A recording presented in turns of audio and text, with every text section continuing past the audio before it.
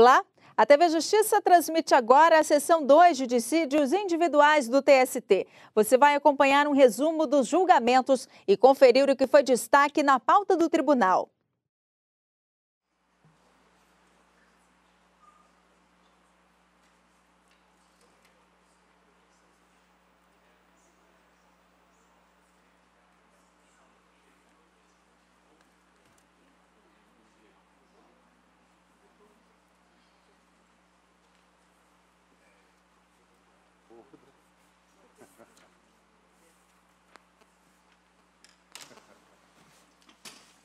Bom dia, muito obrigado pela atenção. Por favor, queiram sentar-se.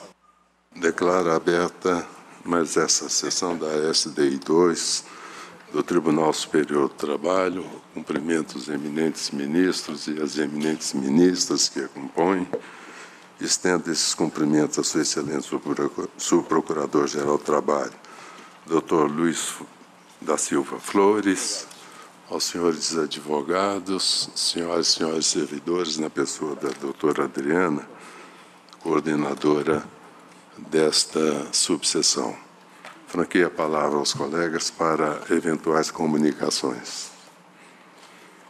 Não havendo quem queira fazer uso da palavra, solicito de Sua Senhoria, doutora Adriana, a gentileza de apregoar os processos, observando-se as preferências. Relator excelentíssimo senhor ministro Emanuel Pereira, processo RO 1322, dígito 66 de 2011, em que são partes Edson Braga de Resende e Banco Bradesco S.A.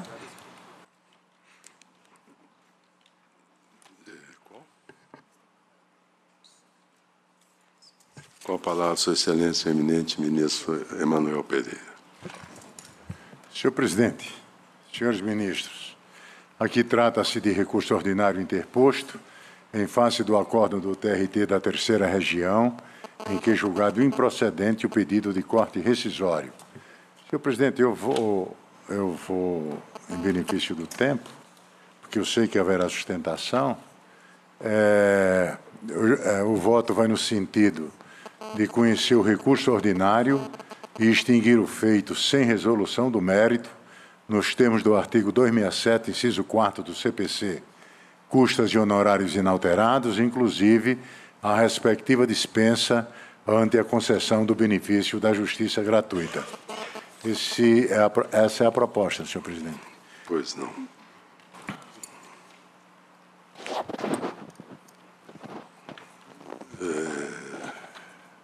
O voto por ordem é favorável ao recorrido. Eu vou pedir licença, senhoria, para o doutor Edson Braga, que pretende fazer uso da palavra. Pois não. Tempo regimental, por favor. Excelentíssimo senhor ministro-presidente, excelentíssimo senhor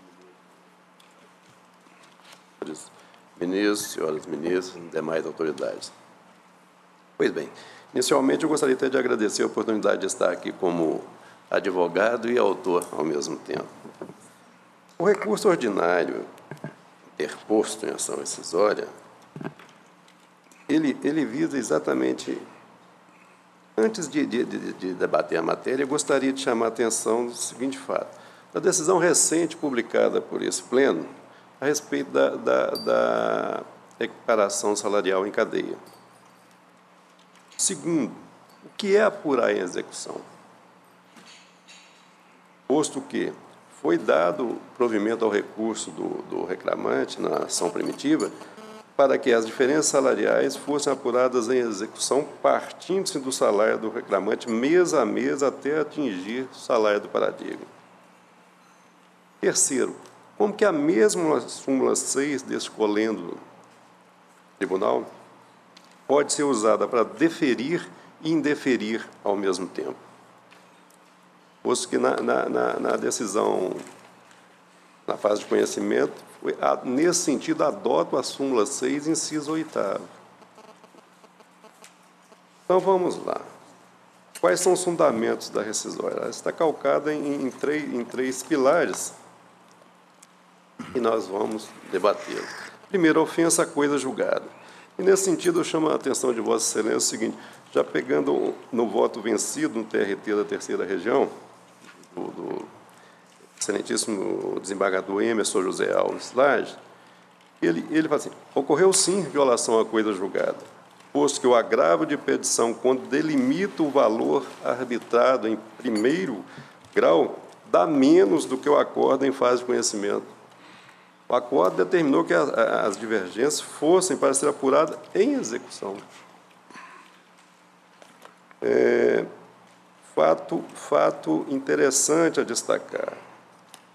Somente o banco reclamado tinha conhecimento que, e foi demonstrado nessa rescisória, que a ação do paradigma, ação ou em processo diverso, a ação 153/2005-00803, transitou em julgado em 19 de 9 de 2005, antes do ajuizamento dessa ação.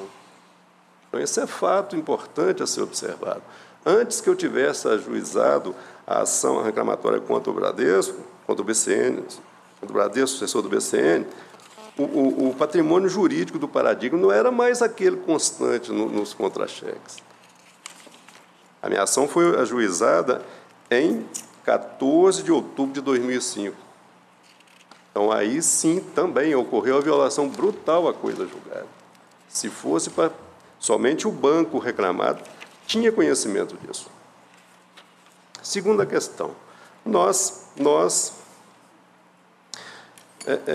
arguímos a violação dos artigos 471 do CPC e 4631, porque nenhum juiz poderá julgar de novo as questões decididas, e restou clara a decisão, porque era para ser apurado em execução. Terceiro, documento novo. Documento novo, o banco sequer apresentou contestação. Ora, nós sabemos que toda reclamatória existe tempo e modo do ato ser realizado. O banco sequer apresentou a defesa para esse documento novo. E o que consta no documento novo?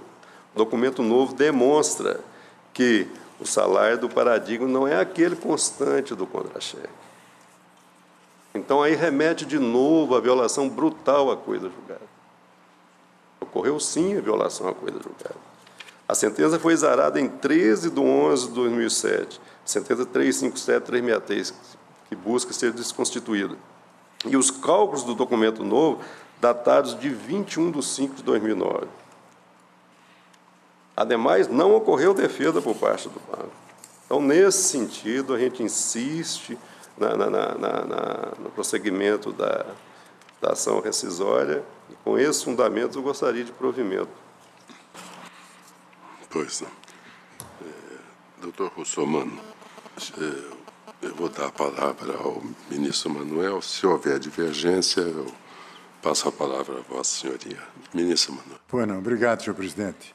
Senhor presidente, eu faço um breve relato dos atos processuais ocorridos no presente processo para justificar a conclusão do voto.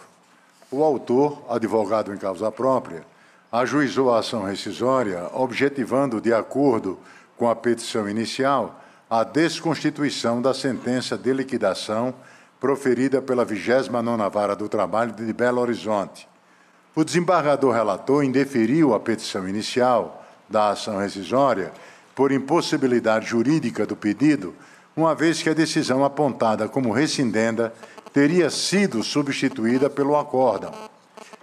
Em face da referida decisão, o autor interpôs agravo regimental, indicando apenas no referido recurso que a pretensão de desconstituição se dirigia contra acórdão do TRT em agravo de petição. No ato de interposição do agravo regimental, o autor colacionou a cópia da referida decisão.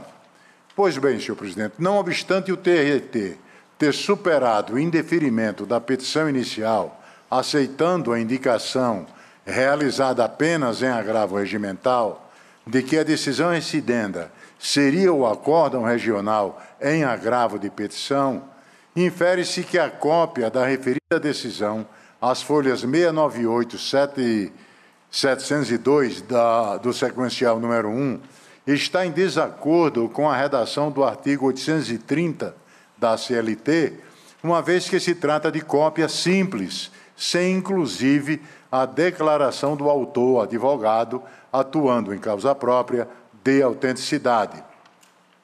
Eu ressalto que a declaração firmada na petição inicial se restringiu aos documentos colacionados naquele momento, sendo que a cópia da decisão rescindenda somente veio aos autos posteriormente, em sede de agravo regimental, em total desalinho ao disposto no artigo 830 da CLT, repito.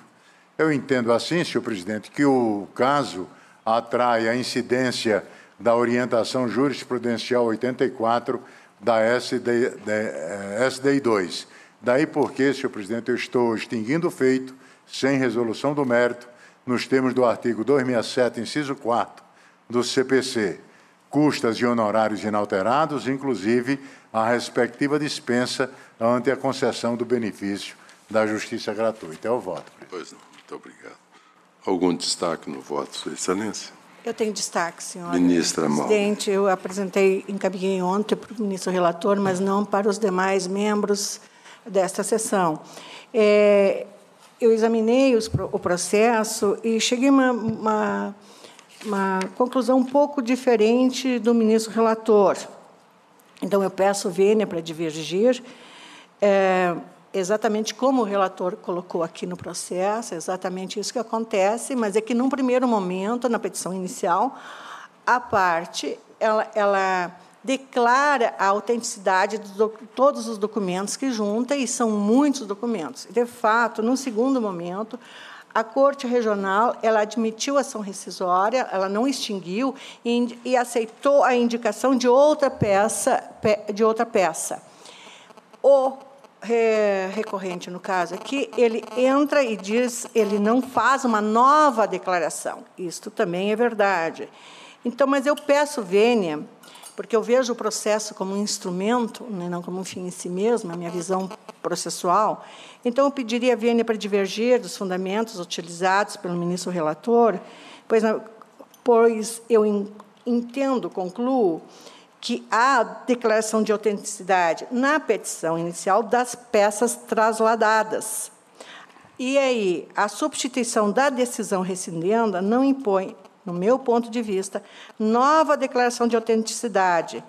E entendo que, neste caso, estaria atendida a formalidade da OJ 84, aqui do TST.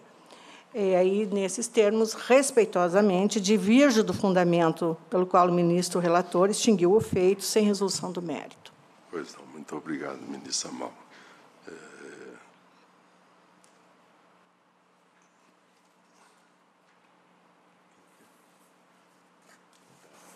Doutor Vitor. Senhor presidente, indago se faria sustentação oral completa ou apenas em relação à preliminar, por enquanto?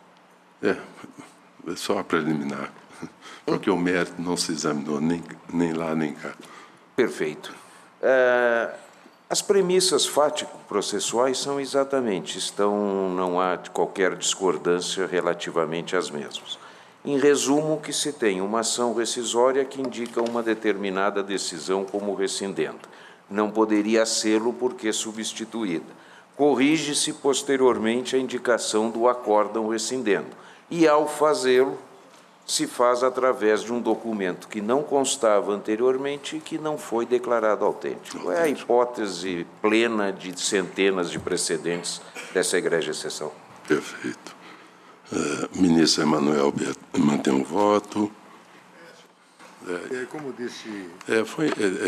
está entendido, ele, no agravo regimental, quando ele trouxe, ele pretendeu extrair daquela declaração de autenticidade para os demais. A declaração de autenticidade foi feita na inicial.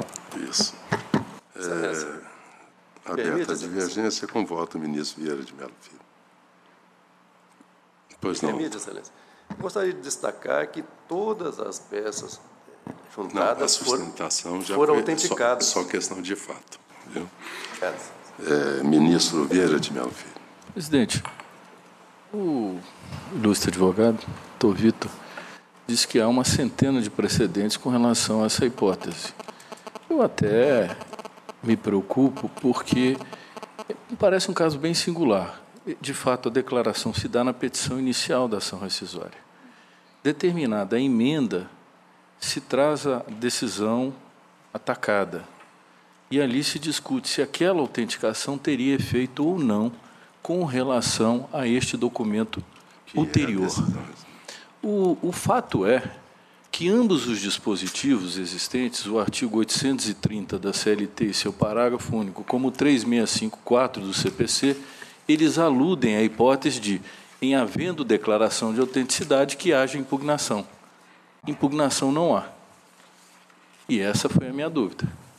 Não basta simplesmente a alusão, agora, ex officio da ausência de autenticação. Como há centenas de precedentes, eu vou pedir vista regimental, porque eu vou pedir à assessoria de jurisprudência me auxiliar nessa sentença, nessa hipótese específica. Senhor presidente, permite Vossa Excelência, matéria fática, não houve emenda à petição inicial. Houve um indeferimento porque foi apontada a sentença que teria sido substituída por o acórdão deste colendo tribunal em grau de agravo de instrumento.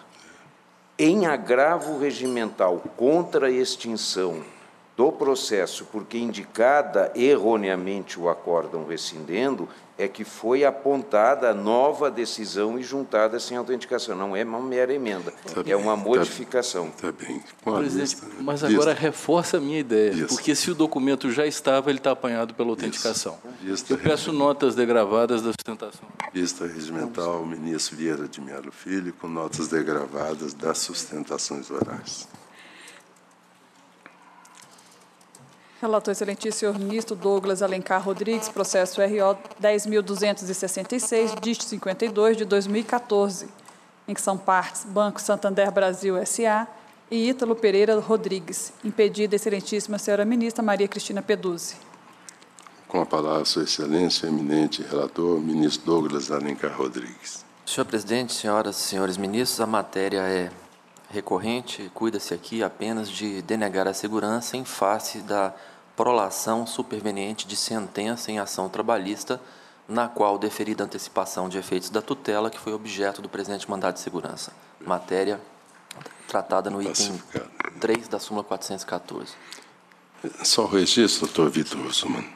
Registrada a presença do ilustre advogado, doutor Vitor Russomano Júnior, indago dos colegas se há algum destaque. Sem destaques, assim se decide a unanimidade nos termos do voto do eminente relator, ministro Douglas Alencar Rodrigues. Relatora excelentíssima senhora ministra Maria Helena Malman, processo RO 6.996, dígito 21 de 2013, em que são partes Carlos Roberto Defune e Mislene Costa Silva.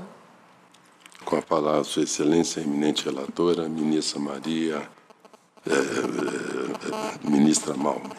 Maria Helena Malman. Senhor presidente, senhores ministros, aqui é um recurso ordinário em mandado de segurança e aqui se discute a penhora incidente sobre o plano de previdência privada. A equiparação, digo eu aqui na emenda, a equiparação de planos de previdência privada para fins de impenhorabilidade absoluta com proventos de aposentadoria, salários, artigo 649, 4 CPC, OJ 153 e seguro de vida, artigo 649, 6 CPC, está de acordo com o princípio constitucional da dignidade da pessoa humana, artigo 1º, 3º da Constituição Federal, já que os valores destinados a tais planos possuem o caráter de subsistência do beneficiário ou de seus dependentes, ainda que no futuro. No caso, a quantia depositada de R$ 51.894,69 não se mostra exorbitante, de forma a dissociar dos ditames previstos no artigo 202 da Constituição da República e evidenciar, eventualmente, fraude do devedor. Portanto, o impetrante tem, efetivamente, no meu ponto de vista, direito líquido e certo de não serem penhorados os valores depositados em plano de previdência privada, mesmo em se tratando de execução trabalhista, razão pela qual deve ser reformado o acórdão recorrido que denegou a segurança. Eu, no meu, proponho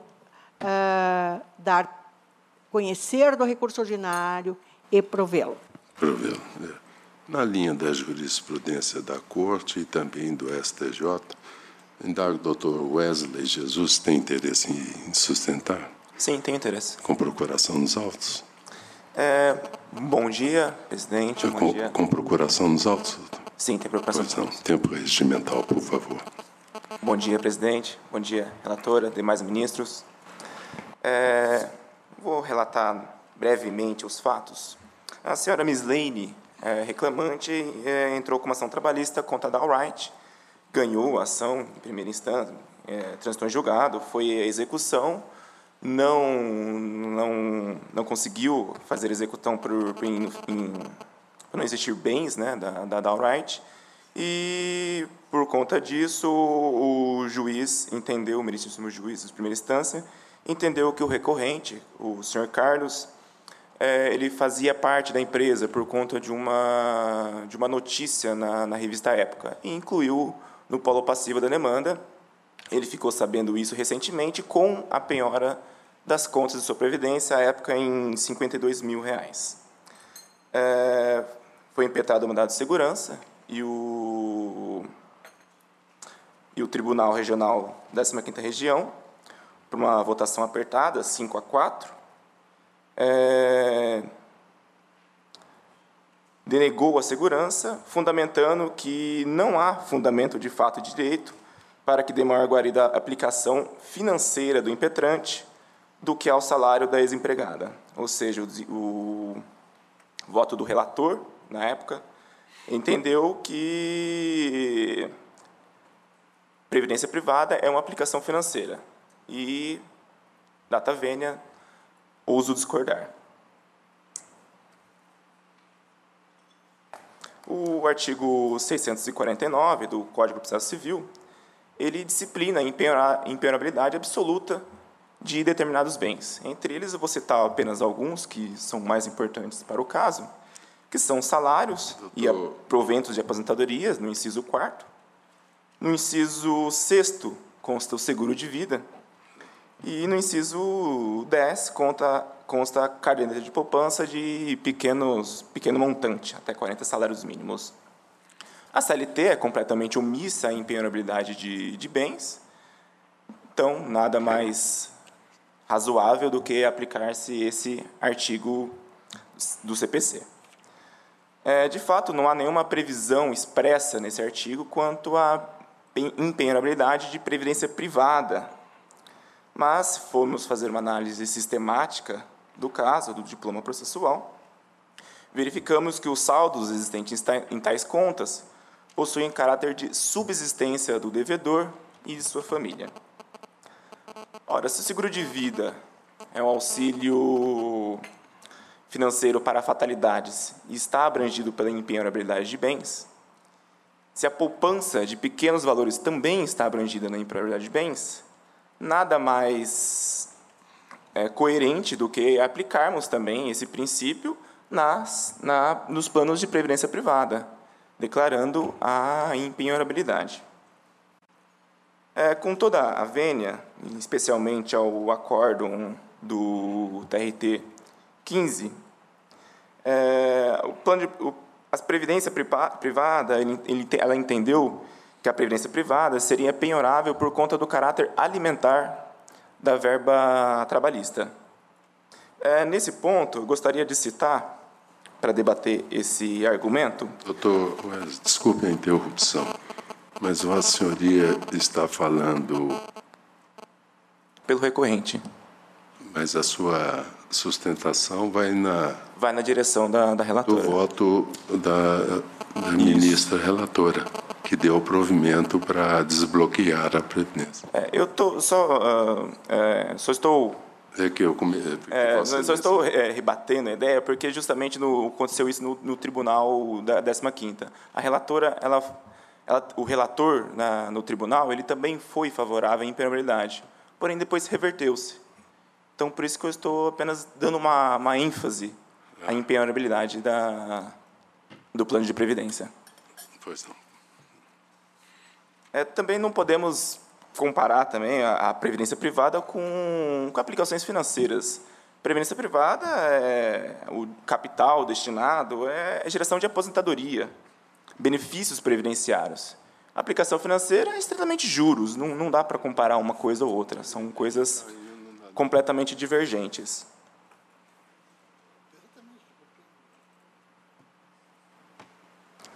Posto isso, eu encerro minha sustentação, pedindo o provimento do recurso. Muito obrigado. Muito obrigado. Ministra Malba, mantém o voto? Não, eu mantenho meu voto, até porque a sustentação oral vem bem na direção, reforço os meus argumentos, no sentido de que não se pode penhorar os valores recolhidos em plano de previdência privada, mesmo em se tratando de execução trabalhista. Porque aqui, neste caso, todos nós sabemos que esses valores que são recolhidos ao plano de previdência privado, eles têm um destino de, no futuro, fazer a complementação da aposentadoria. Então, eles têm natureza, no meu ponto de vista, natureza salarial, e estão protegidos contra a penhora. Eu mantenho minha posição. Algum destaque no voto, Sua Excelência? Sem destaque, assim se decide a unanimidade, nos termos do voto da eminente relatora, a ministra Maria Helena Malba. Relatora excelentíssima, senhora ministra Delaide Miranda Arantes, processo RO 125, dígito 87, de 2014, em que são partes Maria Regina de Araújo e outros, e Fundação CHESF, Assistência e Seguridade Social, FACHESF, e Companhia Hidroelétrica do São Francisco, CHESF. Ministra Delaide, são 1, 2, 3, 4 processos idênticos, né? Sim. Posso chamá-los para apregoar os 4? Sim, senhor presidente. Vossa Senhoria está pela recorrida, né? Pela FACHESP, excelência. Isso. Então, apregoar os 4. Relatora excelentíssima, senhora ministra Delaide Miranda Arantes, processo RO 127, dígito 57, de 2014, processo 391, dígito 11, de 2013, e o processo RO 480, dígito 34, de 2013. Com a palavra, Sua Excelência, a eminente relatora, a ministra Delaide Miranda. Senhor presidente, senhores ministros, senhoras ministras, advogados, mesmo tendo o regulamento interno número 2 da FACHESP, previsto a aplicação do índice IGPM sobre a complementação de aposentadoria, em julho e agosto de 1994, houve, a partir de 1º de julho de 1994, alteração do padrão monetário vigente, o que ocorreu através da Lei 8.880, de 94. Assim, o índice divulgado para ser utilizado como padrão de correção monetária para reajuste de complementação de aposentadoria em face da nova moeda, o real, é o IGP-2. Eu trago no meu voto diversos precedentes que eu colaciono e conheço do recurso ordinário e, no mérito, nego-lhe provimento. Perfeito. A matéria já pacificada aqui, então eu proclamo que são julgados todos os processos apregoados,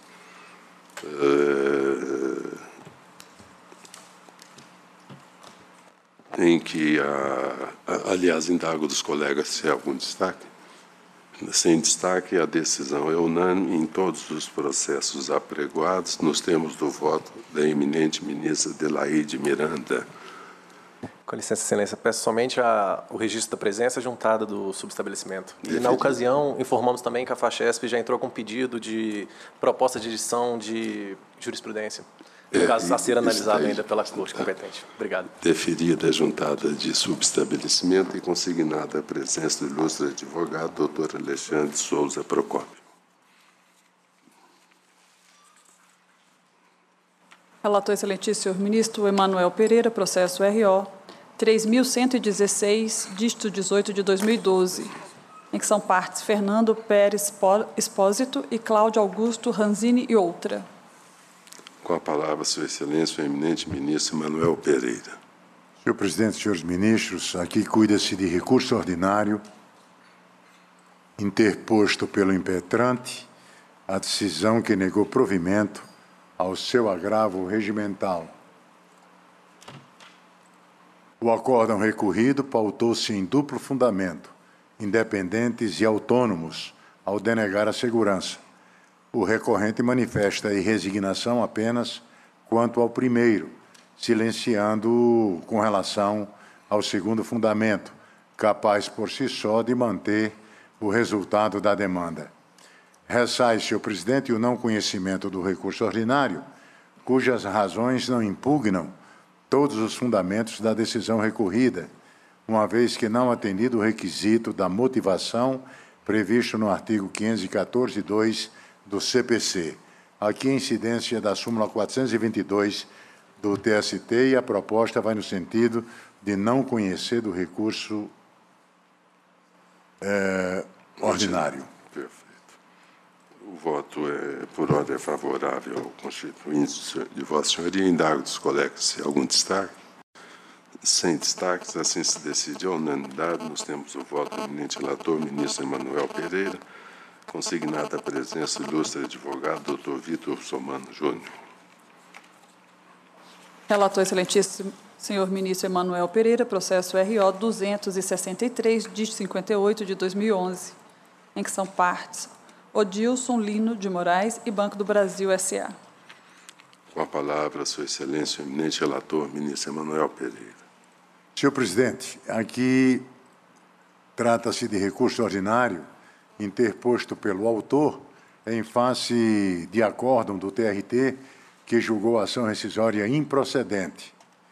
Primeiro tema, senhor presidente, horas extras, prova falsa. O TRT, no acórdão rescindendo, deferiu horas extras apenas em relação ao período de março de 2001 a julho de 2002, com fundamento em depoimento de testemunha, que logrou demonstrar labor em jornada diversa daquela registrada nos controles de frequência, os quais, entretanto, foram reputados fidedignos para os demais períodos em que se julgou a pretensão de horas extras improcedente, declarando-se que a prova oral, no particular, não infirmou os registros de ponto.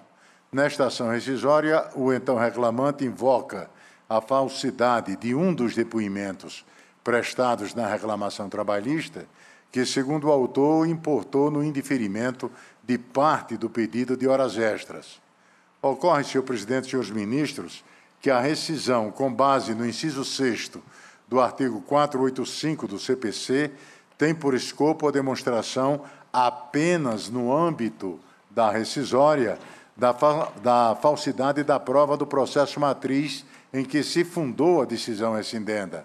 Assim, a prova produzida na ação rescisória não se presta como nova prova para o rejulgamento da reclamação trabalhista, pois não se trata de reabertura da instrução do processo matriz para a produção ou consideração de novas provas, mas apenas de desconsiderar na reclamação trabalhista a prova que foi demonstrada falsa na ação rescisória e proceder ao novo julgamento naquelas mesmas condições. No caso, o exame resta consignado no acórdão rescindendo que os controles de frequência foram acostados aos autos, inexistindo invocação de registros uniformes, de modo que não houve inversão do ônus da prova na forma do item 3 da súmula 338 do TST. Nessa esteira, o ônus de provar que a jornada de trabalho era diversa daquela demonstrada nos controles de frequência, incumbia ao reclamante, tese que restou claramente acolhida no acórdão rescindendo. Ainda que fosse possível reputar falso o depoimento indicado pelo autor e desconsiderá-lo no julgamento da reclamação trabalhista, remanesceria o ônus da prova acerca da descaracterização da jornada de trabalho registrada nos controles de frequência, do qual o reclamante não se desincumbiu quanto aos períodos de 19 de maio de 2000 a março de 2001 e de agosto de 2002 a 11 de janeiro de 2005, consoante assentado no acórdão rescindendo.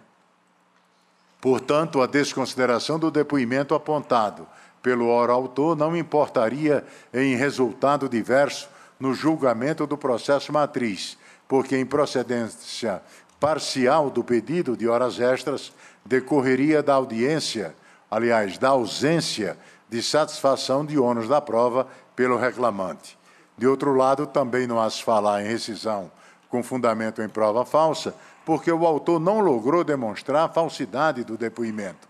Neste quadro, quer pela impossibilidade de eventual declaração de falsidade da prova impulsionar resultado diverso do obtido na coisa julgada, quer pela ausência de demonstração efetiva da falsidade da prova, não prospera a ação rescisória com base no inciso 6º do artigo 485 do CPC.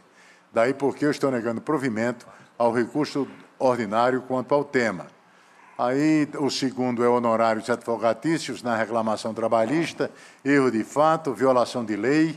Eu digo, senhor presidente, que em relação aos honorários advocatícios na reclamação trabalhista, o autor alega erro de fato, sob o argumento de que o TRT considerou como inexistente um fato efetivamente ocorrido, no caso, a sucumbência parcial do reclamado, apta a amparar condenação do réu em honorários advocatícios.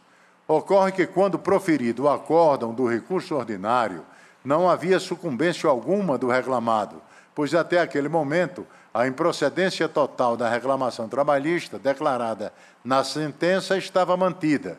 Logo, quando o TRT consignou que não havia sucumbência do reclamado, afirmou a inexistência de um fato, no caso, a ausência de sucumbência que realmente não existia naquele momento, de modo que não houve erro de percepção do órgão julgador, inexistindo o alegado erro de fato. De outro lado, não prospera a invocação de violação literal de lei, pois a leitura do acórdão rescindendo revela que a controvérsia estabelecida no processo matriz sequer tangenciou o teor dos dispositivos reputados violados pelo autor, inexistindo pronunciamento explícito, de modo que a pretensão desconstitutiva não supera o óbice da súmula 298, inciso 1º do TST. No que tange à alegação de julgamento citra petita, tem-se que em ação rescisória, com base em violação de lei, não se exige pronunciamento explícito sobre os dispositivos que tratam do vício, sendo fundamental, contudo, que a parte alegue a violação dos artigos 128 e 460 do CPC, conforme comanda a OJ 41 desta SDI 2. No caso, o autor aponta a vulneração dos artigos 14 e 16 da Lei 5.584 de 70, 11 da Lei 1060 de 1950 e 20 do CPC, dispositivos que não disciplinam nenhum conteúdo conexo ao tema relativo a vício por julgamento citra petita. Por esses fundamentos, senhor presidente, eu estou negando provimento ao recurso ordinário. Pois não. O voto por ordem é favorável ao Banco do Brasil. Eu indago dos colegas se há algum destaque. Sem destaques, assim se decide a unanimidade nos termos do voto do eminente relator, ministro Emanuel Pereira, consignada a presença do ilustre advogado Dr. Jairo Vairos. Peço a juntada do mandato de instrumento. Procuração? Procuração. Deferida a juntada de procuração. Relatora excelentíssima senhora ministra Adelaide Miranda Arantes, processo AIRO 10.333, dígito 42, de 2012, em que são partes Mirtes, Barbosa, Couto Pereira e Itaú Unibanco S.A. A palavra, sua excelência eminente relatora, ministra Adelaide Miranda.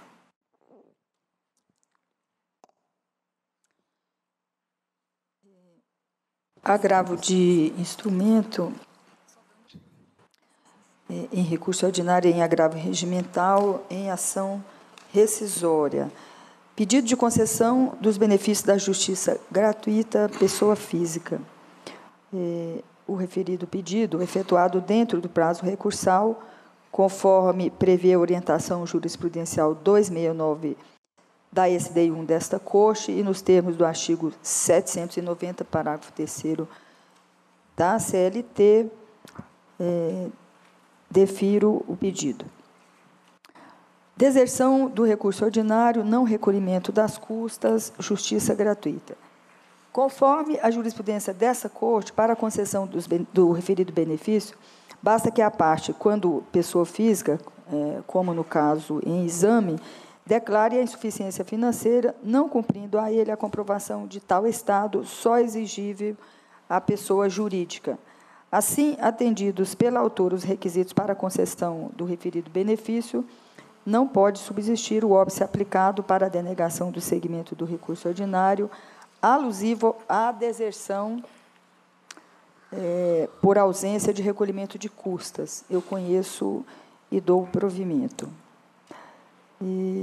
Quanto ao recurso ordinário em agravo regimental e ação rescisória, extinção do feito... Aí fica para a próxima. Fica para a próxima. Isso. Então, provê o agravo para destrancar o recurso ordinário, que será julgado na próxima sessão. Senhor presidente, eu recebi considerações que foram me encaminhadas muito gentilmente pelo ministro Emanuel e analisei e os fundamentos ali apresentados, com a devida vênia, não alteraram a minha conclusão, mas eu coloco o destaque para que o ministro Emanuel fique bastante à vontade. Então, por hora, estamos julgando só o agravo de instrumento. Senhor presidente, pois não, ministro. Como disse a ministra Adelaide, eu tive a oportunidade de encaminhar à Sua Excelência uma mensagem, trazendo, inclusive, precedente aqui da STI2, no caso contrário à decisão em que ela chega no seu voto. Eu vou pedir, senhor presidente, para não divergir agora, eu vou pedir vista regimental do agravo. O agravo, perfeito. Após o voto de Sua Excelência a ministra Adelaide Miranda, provendo o agravo de instrumento, pediu vista regimental Sua Excelência ministro Emanuel Pereira. Relator excelentíssimo senhor ministro Vieira de Mello Filho, processo RO 10.126, dígito 09 de 2013, em que são partes Companhia Petropolitana e Milton Lopes e outros.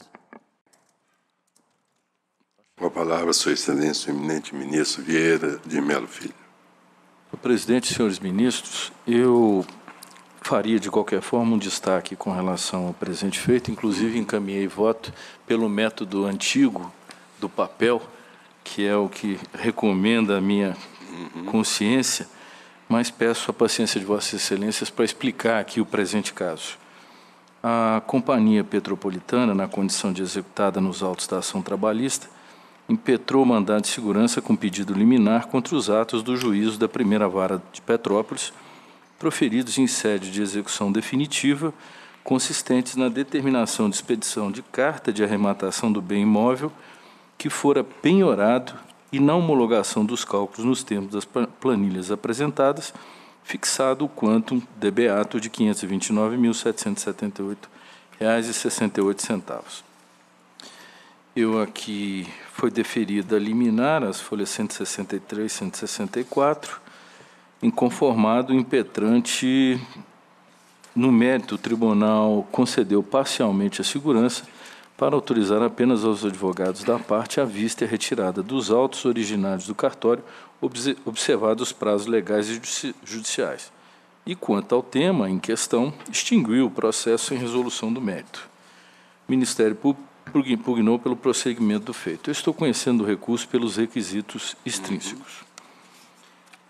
Como já havia relatado, aqui a recorrente alega que houve a expropriação de imóvel do impetrante por menos de 1/3 do seu valor de avaliação, com manifesta expropriação de patrimônio e arrematação ilícitas, ilegal e nula, que estabelece, além do dano irreparável ao impetrante, manifesta o enriquecimento ilícito do exequente do arrematante que recebe um imóvel por 30% do seu valor para pagamento de um quanto de beato inexistente, ou seja, tendo por base uma execução ilícita de um título invalidamente constituído correspondente a 10 vezes maior do que o valor real da dívida efetivamente existente.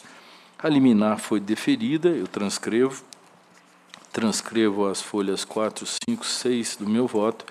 O tribunal, por meio do acórdão de folhas 307 e 311, extinguiu o processo sem resolução de mérito quanto ao pedido de anulação da arrematação e, no mérito, concedeu parcialmente apenas para autorizar a vista dos advogados.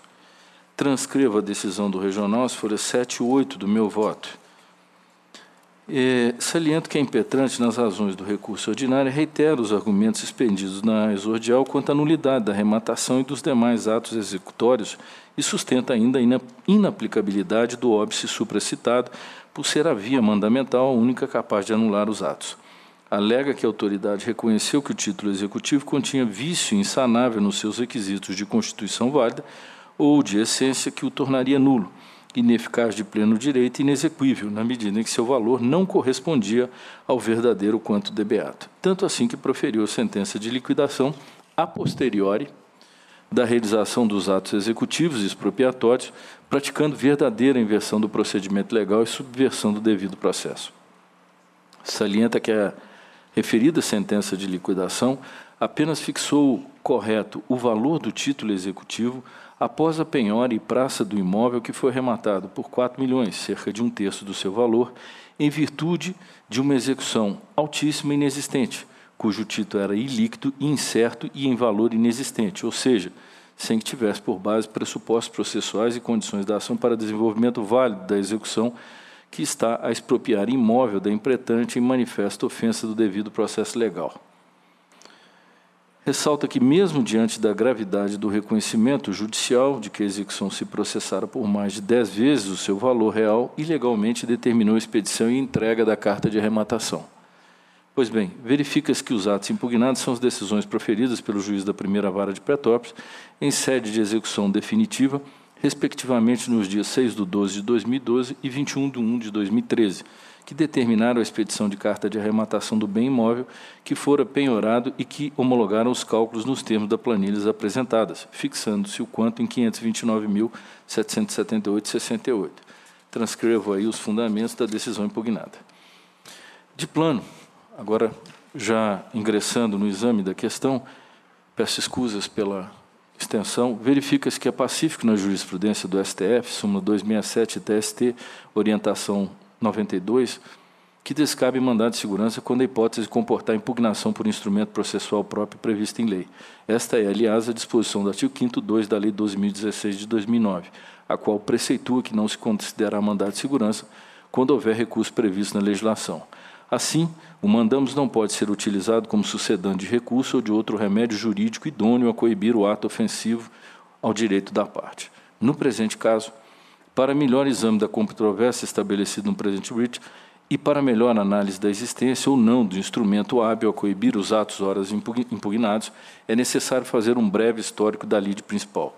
Primeiro, consoante as informações da autoridade coatora, folha 175 e 178, o processo principal encontra-se em fase de execução definitiva apenas quanto a honorários advocatícios, decorrentes de acordos homologados pelo juízo em que os reclamantes já receberam seu crédito. Segundo, em 11/6/2008, o imóvel penhorado foi avaliado em R$ 4 milhões, folha 56 e 57. Terceiro, no dia 31/7/2008, foi atualizado o débito pela contadoria do juízo, totalizando R$ 868.227,54. Folhas 21. Quarto, designada a asta pública a praça do imóvel penhorado, o imóvel foi arrematado em 24/8/2009 pelo valor de R$ 1.200.000, folhas 218. Quinto, a executada interpôs agravo de petição contra a decisão que homologou a referida arrematação, que foi desprovido por incabível, os embargos da arrematação a seguir apresentados, julgados improcedentes, o agravo de petição interposto contra essa decisão foi desprovido, ensejando a interposição de revista e, posteriormente, antes da denegação da revista, agravo de instrumento cujos temas eram arrematação, bem tombado preço vil, que também restou desprovido. E, após a interposição de recurso extraordinário, a decisão transitou em julgado em 30/10/2012. Sexto, em 6/12/2012, foi determinada a expedição de carta de arrematação do bem, folha 187. Sétimo, e aí é o fundamental. Em 17/1/2013, o contador do juízo apresenta a promoção de folha 185 e 186, em que aponta, aspas, erro de transformação de moeda na planilha de atualização, fecho aspas. Ressalto, depois de todos os atos e todos os recursos operados no processo. Transcrevo a longa promoção da contadoria, que foi acolhida pela juíza, folhas 14 do meu voto, em 17/1/2013, e determinou o retorno dos autos para atualizar os cálculos utilizando o valor do histórico consignado na promoção, qual era, então, R$ 692.957. Em 21 de 2013, nono ato, o contador apresentou a planilha de atualização do débito, que totalizou R$ 529.778. Isso depois de todos os atos expropriatórios terem sido praticados. Em 21 de 2013, a juíza da execução homologa os referidos cálculos, um dos atos impugnados, nos seguintes termos, aí transcrevo. Ela considera que essa homologação trata-se de mero erro material e, por isso mesmo, tornaram insuscetíveis de refazimento todos os atos então praticados. 11º ponto. Contra tal decisão, a executada interpôs agravo de petição que não foi conhecido pela autoridade coatora por irregularidade de representação e ausência de interesse recursal. Transcrevo aí a decisão. 12º ponto. Interposto agravo de instrumento pela executada e pela exequente, ambos não foram conhecidos pelo tribunal. Como se vê, a hipótese dos autos é bastante singular na medida em que a natureza de um dos atos hostilizados é de decisão de liquidação de sentença, que é fase incidental e prévia à execução, e não mero despacho de expediente que corrige erro material havido nos cálculos de atualização, conforme consignou a autoridade coatora, situação que pode acarretar a nulidade de todos os atos executivos expropriatórios havidos antes dessa segunda decisão de liquidação, porquanto a execução que até então se processava, estava embasada em título cuja liquidez, um dos requisitos do título, estava equivocado. De fato, ao consignar que estava apenas sanando o erro material que pairava sobre os cálculos anteriormente apresentados, os ratificando, a autoridade acabou por imprimir um caráter de mero despacho de expediente a uma decisão que efetivamente estava liquidando, agora, de forma correta, a obrigação objeto da condenação. Ademais, verifica-se que o ato coator implica efeitos lesivos e imediatos à impetrante, uma vez que, mesmo tendo sido reconhecido que o valor efetivamente devido a título de honorários era bastante inferior do que aquele apurado anteriormente, foi mantida a penhora e arrematação do bem imóvel, cujo valor é bastante superior ao efetivamente devido, resultando em excesso de execução e de penhora.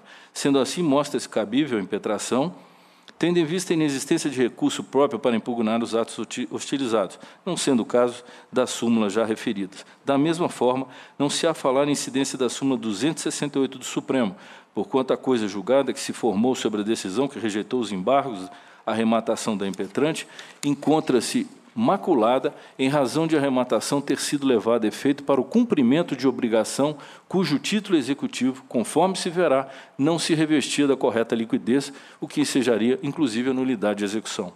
Superada tal questão, verifica-se que, em relação à liquidação de sentença, o artigo 879, caput, parágrafo 1º, estabelece que, na liquidação, não se poderá modificar ou inovar a sentença liquidana, nem discutir matéria pertinente à causa principal. Cito aqui a lição do professor Vamber, que, no sentido de que a liquidação de sentença consiste, na verdade, de formalidade necessária para que a sentença possa ser executada, com a escutição de bens do devedor da obrigação, a fim de, pela via da pretensão, promover-se o cumprimento da obrigação. Nesse sentido, também escolho os do professor Bezerra Leite. Desse modo, saliento eu, verifica-se que o ato coator que determinou novo valor à execução, de acordo com os cálculos do perito, não se trata de decisão que apenas estava retificando o erro material que pairava sobre a atualização anterior, porquanto não tratou de simples operação aritmética, com ensejo a corrigir possível defasagem do valor em virtude do decurso do tempo, e tampouco de erro material, pois foi determinada uma nova base de cálculo, tendo em vista o equívoco encontrado na conta anterior ao realizar a conversão da moeda que resultou na inserção de 3 dígitos. Ou seja, a decisão de liquidação alterou de forma substancial o comando exarado no referido decísio e implicou em atos de constrição e expropriação que ensejou excesso de execução. Não é demais ressaltar, como diz, que se traduz em modificação da sentença liquidana e consequente violação do artigo 879, parágrafo 1º da CLT, o que demonstra que o ato coator efetivamente tem cunho decisório. Ultrapassada tal questão, excediu-se ao senhor do artigo 586, que a execução para cobrança de crédito fundar-se-á sempre em título líquido, certo e exigível, e que a execução é definitiva quando fundada em sentença transitada em julgado. Da mesma forma, no processo de execução, o título executivo é requisito indispensável, sem o qual há nulidade, nos termos do artigo 618, inciso 1º do CPC. Trago ainda escolhas do professor Araquém de Assis, para quem, obedecidos ao conteúdo e aos efeitos do artigo 818.1, o título não é condição da demanda, tampouco representa o fato constitutivo da ação. É pressuposto o desenvolvimento válido, consoante anotou Carlo Furno, na citação do professor. Portanto, no presente caso, verifica-se, conforme o histórico da lide principal, após a decisão que liquidou a sentença, houve a fixação de novo quanto. Porém, após a penhora do bem da executada avaliada em 4 milhões e após a asta pública e expedição de respectiva carta de arrematação, a juíza da execução, considerando a informação da contadoria no sentido de que for encontrado um erro, aspas, de transformação da moeda na planilha, fecho aspas, e que tal equívoco, aspas, está precisamente nos honorários do reclamante Celso Consuelo, que não foi convertido de cruzeiro para cruzado na coluna de totalização, permanecendo com 3 dígitos a mais, proferiu nova decisão em que se alterou profundamente o valor do título. Como se vê, o erro de liquidação, que aumentou sensivelmente o valor devido, maculou, a meu juízo, o título executivo, que é a tradução ou a instrumentalização da obrigação objeto da sentença transitada em julgado, o ante beato, e pressuposto de validade da ação executiva. Quanto ao valor da obrigação, cito, não vou cansá-los, mais uma vez o escolho do professor Vamber, como também sobre as características do título executivo do professor Araquém, e venho de concluir que, preenchido o requisito da certeza, obrigação vencida, que nos casos do título executivo judicial é o próprio provimento condenatório transitado em julgado, porém, sem a sua correta liquidação, tenho que, a teor da doutrina mais moderna, o título é inexigível e a execução nele pautada, por consequência, é nula. Sendo assim, a sentença, mesmo transitada em julgado, somente pode ser executada após a devida apuração do quanto, sem o qual a decisão se mostra ilíquida e a sua execução, portanto, é nula. Nulo executio sine titulo. Nesses termos, senhor presidente, não vou me alongar mais, que ainda teço mais considerações sobre a questão. Eu estou provendo o recurso ordinário para conceder a segurança e determinar a anulação dos atos constritivos e expropriatórios na execução que se processa nos autos da reclamação 49.873/67, em curso na primeira vara do trabalho de Petrópolis, anteriores à decisão de folha 153 desses autos, que fixou o quanto em 529.778,68, devendo, a partir daí, atualizar tal valor e, sucessivamente, oportunizar a executada nomear bem a penhora compatível com esse novo valor da execução e, daí em diante, como previsto nos procedimentos executórios previstos na CLT e, subsidiariamente, no CPC. Comunique-se com urgência o desembargador, caso seja autorizada a decisão e a autoridade coatora dos termos dessa decisão. Esse é o voto que encaminhei a vossas excelências. Peço escusa pela leitura, presidente, mas para explicar era necessário. E é esse o voto que submeto ao exame. O valor que ela depositou foi de 4 milhões? Não, o valor do bem penhorado à época era 4 milhões. Bem penhorado. Isso baseado numa execução cuja atualização dava 868 Eu pensei que ela tivesse feito o depósito em dinheiro. Foi em bem avaliado em 4 milhões. Depois, quando há o equívoco, ela pede a substituição para que um bem compatível com o valor liquidado fosse apresentado. E o erro material que ela detectou posteriormente, ele não é atingido pelo trânsito em julgados. Então, quando ela refaz a conta e detecta esse erro, ela tinha que fazer o caminho inverso. Exato. Ela mudou o título, a liquidez do título. Esse é o voto. Algum destaque no voto, Sua Excelência? Senhor presidente, como Vossa Excelência sabe, ontem o órgão especial se estendeu por mais tempo do que o normal. É aquela demora. E eu saí do órgão especial e fui para casa e recebi da minha assessoria o recebimento desse voto, como bem falou o ministro Vieira de Mello, que gentilmente havia nos encaminhado. Eu não tive a oportunidade de ver o voto, mas tentei abrir em casa o computador e esse voto não estava disponibilizado ainda. Então, eu não tive realmente a menor condição, senhor presidente, de examinar o voto nem o processo. Daí porque, senhor presidente, eu vou pedir vista regimental, para que eu possa melhor examinar e trazer o mais breve possível. Pois não. Presidente, permita.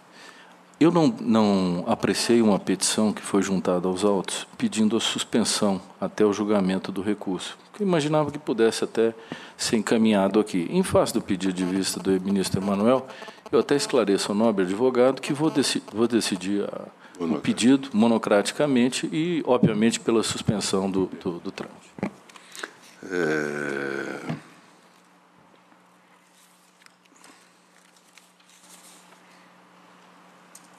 Doutor Jorge Pinheiro, há o pedido de vista regimental e eu asseguro a Vossa Senhoria o direito à sustentação oral quando do retorno, porque pode ser que o voto de Sua Excelência convirja e aí seja desnecessário. Então, quando retornar, Vossa Senhoria terá o direito à sustentação oral se houver divergência. Obrigado. Também, vista regimental, Sua Excelência, ministro Emanuel Pereira. Presidente, só para esclarecer, é para a semana que vem? Como? Vai ser para a semana que vem? Só para esclarecer? Não, parece que o ministro Vieira de Mello Filho vai suspender a...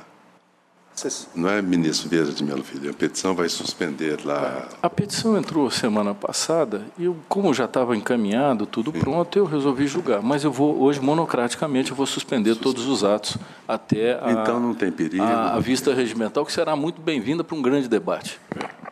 Entra em pauta de novo, então.